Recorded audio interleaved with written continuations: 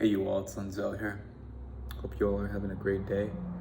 I know my camera's right there, but yeah. Okay. So, I don't even know where to begin. So, uh, I recently removed or discontinued my old YouTube account. And for lack of better words, it was due to anger, strife.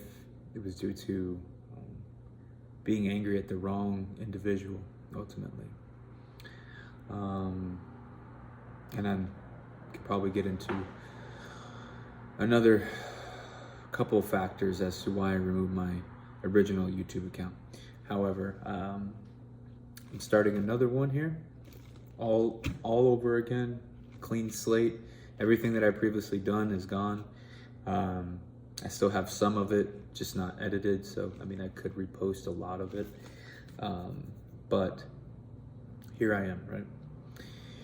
So my name is Lenzel, and follower of the Son of the Most High, okay? And I'm here to hopefully preach and to share the good news message, the gospel, to any listener or any viewer, right? And since the deletion of the account, my understanding of the scriptures has been renewed. It's been changed. It's been sifted. It's been refined. And a lot of it's been difficult. It's been a struggle because a lot of the concepts and understandings that I thought I knew, later found out that I actually didn't really know. You know what I mean? When it came to pronunciation of names, right? Same thing. I thought I had an understanding, but in actuality, I didn't.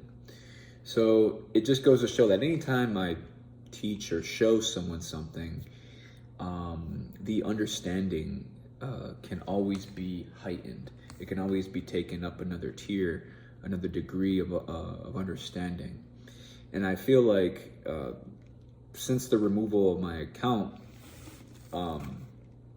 this process has been difficult because every time I have a new understanding of something, I feel like I can't present it in a way. So maybe, just continuing what I was doing, but being more humble, I should say. So I want to kind of start off with that, you know what I mean? In that, moving forward, I'm not going to have every piece of doctrine correct. It's my goal. I mean, it's my desire to have His will correct installed in me. But do I understand it all? Can my mind comprehend everything, right? Physically, mentally, and spiritually through the commandments of the Most High, right? Is He going to give me all of that? Okay. I believe He gives everything to every individual by measure, right? So I'm not gonna know everything. I'm not gonna understand everything, okay? But amongst potentially my peers, right, I may understand something a little bit more than they have because they may have not just studied it. It doesn't mean that they can't. It just means that I've taken the time and hopefully led by the Spirit to understand some of the concepts of that particular topic than that individual, right? And then vice versa. They could be diving into something that, right, I have not necessarily been diving into, and they can shed and enlighten me on it. So that's how the walk works, right? Because He gives everyone according, in measure, right? So the first thing I wanted to speak about is the name of the Most High, right? And this conversation is not a new conversation. It's not something that's foreign. In fact, a lot of these conversations just come off vain anyway, because what ends up, I believe, happening is vain conversations. And I say vain conversations because we can't even like get to. I'm not gonna say we can't get to the truth, but there's just so much out there that anyone doing any type of research, Google, whatever, you can find what you want to present and what you ultimately want to believe. You can find anything on the web that supports my argument, that supports your argument about any topic, regardless of what it is, right? So that's what makes the research and the figuring out difficult, because there's so much presented information out there on the Father's name, the Hebrew language, the Tetragrammaton, right? The Nikud, right? The Masoretes, what they did with the language, the Matres Lectiones that came out between the, right, 1000 BC to, the first, right, 1 AD. So there's so much out there. There's so much that have transpired with language that you kind of have to leave it open to potentially error or fault, right? Not fault in the sense of I'm trying to deceive people with pronunciations, or I'm trying to be deceptive and mislead people with pronunciations. It's not that at all. I genuinely believe that anyone that's calling on the name, or they're doing their best to enunciate or pronounce the name of the Father, they're doing it out of a good will, a good intention, right? And I think the most important thing is it's twofold. One, can we present the name and be able to teach it to someone, right, with little to no error? So whatever you're teaching, can you present that? Can you show that to someone? It's one thing like, oh, I believe his name is this, but can you show me that? Can you teach me that, right? That's one. So I think anytime that we're saying, oh, his name is this, okay, prove it to me, That's more important than not anything, but I think that's critical, is that we can say like, oh, his name is this, or that's this, that's that, according to, right, the precepts, but can you show me that? Can you prove that to me, right? That's one. And number two, we have to figure out also what has transpired with these languages, right? Ever since Genesis chapter 10, from the Tower of Babel, right? The languages have been mixed up, right? Babylonian captivity, like it got changed, right? Aramaic, right? Greek, okay? All these languages being intermingled with the Hebrew language. Can we really for certain know that this is the correct pronunciation? No questions asked, right? You put that on, right? Like you swear on it, you know what I mean? We have to give the people an opportunity to not only but to do their own research on these things, right? And whatever the conclusion comes about, let it be, amen, right? So let it be, okay? What I would like to just present as like a kickoff, right, to the first quarter is whatever the pronunciation is, can we find, right, consistencies through research and historical accounts of said pronunciation, okay? And hopefully with the first segment, I can hopefully help illustrate that, right? But nevertheless, Zephaniah 3 and 9, if I'll turn there. Zephaniah chapter 3, we'll start with verse 8, okay? Therefore, wait ye upon me, saith the Most High, okay? Saith the Lord, until the day that I rise up to the prey, for my determination is to gather the nations, that I may assemble the kingdoms, to pour upon them my indignation, right? Fury, wrath. Even all my fierce anger, for all the earth shall be devoured with the fire of my jealousy. For then, okay, for then I will turn to the people a pure language. This is in the King James Bible, right? For then I will turn to the people a pure language, that they may all call upon my name, or the name of the Most High, to serve him with one consent, okay? When it says consent, it means that agreeance, right? We all agree upon the same thing, the same pronunciation, right? So whether or not we get it right in this age, that there will be an age to come that it will be a pure language, and right, we'll serve him with one consent, one agreeance, one right? We align with we align with it, okay? So regardless of what people come about when it comes to the name pronunciations, right?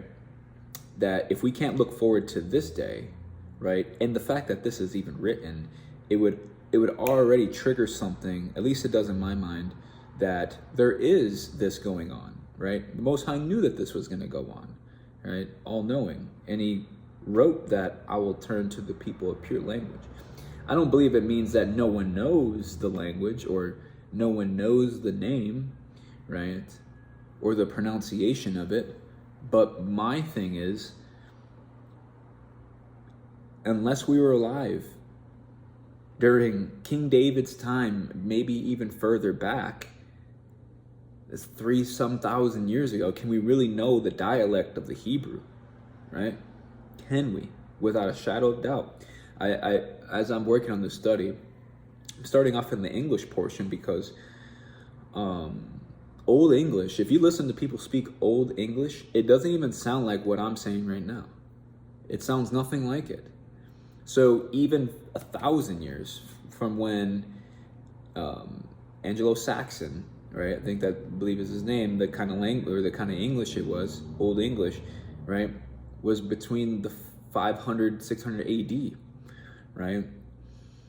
So if we can't even understand that English, what makes us think that we understand without doubt a language that we did not even get brought up in, for one, and two, think that we understand the dialect of it, right?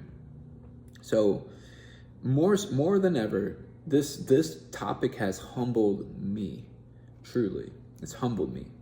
And I pray that when I finally present the first segments of it, that it humbles me simultaneously, but then again, the people that are proud and puffed up about this and specifically the pronunciation, I'm here to tell you, brothers and sisters,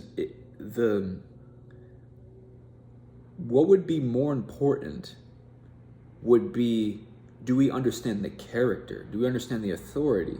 Do we understand the honor of the name rather than its pronunciation, right? Because I think people get tripped up about the English, right, letters of N-A-M-E, name, as in I'm set apart because I know the N-A-M-E, the spelling of a N-A-M-E, or I know the Hebrew characters of Yod, Ha, Wa, Ha, or some people would say Yod, He, Va, He.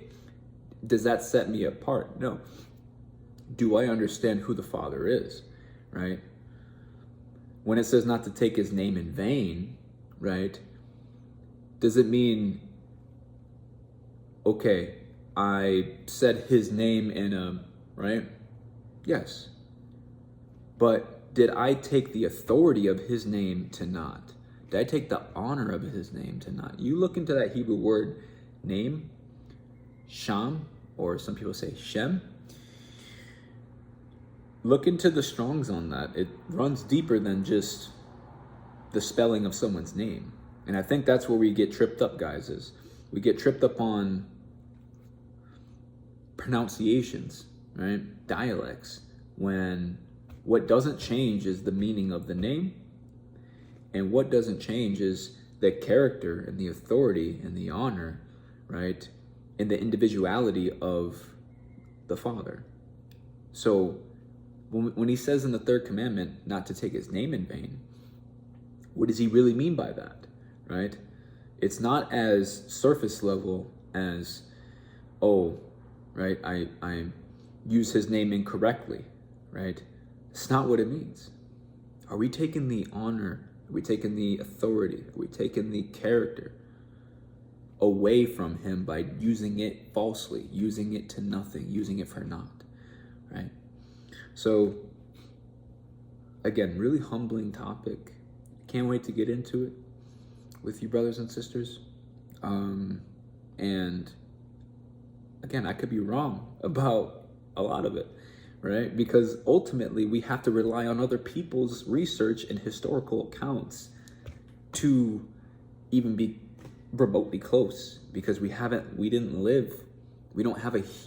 Hebrew background, right, as far as heritage and genealogy, but that doesn't mean that, right, we grew up speaking Hebrew. We spoke this English, right? And English is a Germanic language, right? It's a European language, and I'll show you in the next, is like the word theology, right? We say that in English, but theos is a Greek word. So in order to understand what theology is, you have to go into a different language to understand what that actually means. So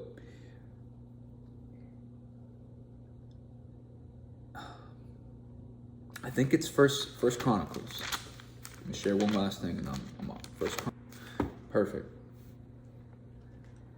2 Chronicles chapter 7, verse 14. It says, if my people, which are called by my name, right, shall humble themselves and pray and seek my face and turn from their wicked ways, then will I hear from heaven and will forgive their sin and will heal their land. Okay? If we humble ourselves and seek his face, right, then he'll hear us from on high. But if we can't humble ourselves in this, right, if we can't put down this aspect of this topic, then I think we missed the mark. I think we missed the mark completely. If we can't humble ourselves and seek his face and turn from our wicked ways, and pronunciation comes in the way of brothers and sisters in this walk, then I don't know what we're doing. I don't know what we're doing. I get it. This is higher level math stuff. Like, this is not something you feed to a babe in the walk. Okay? And even for me, like, this topic is a fire hose to the brain. And it's overwhelming. It's overwhelming. If we can piece it all here a little, there a little, and humble ourselves, right? My understanding of his name has changed every year, because we have to be able to receive, right, rebuke, correction, right, information that other people that are led by the Spirit potentially know.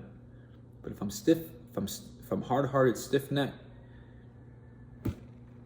I believe we missed the mark, guys. Right? Okay. That's all I got. Shalom.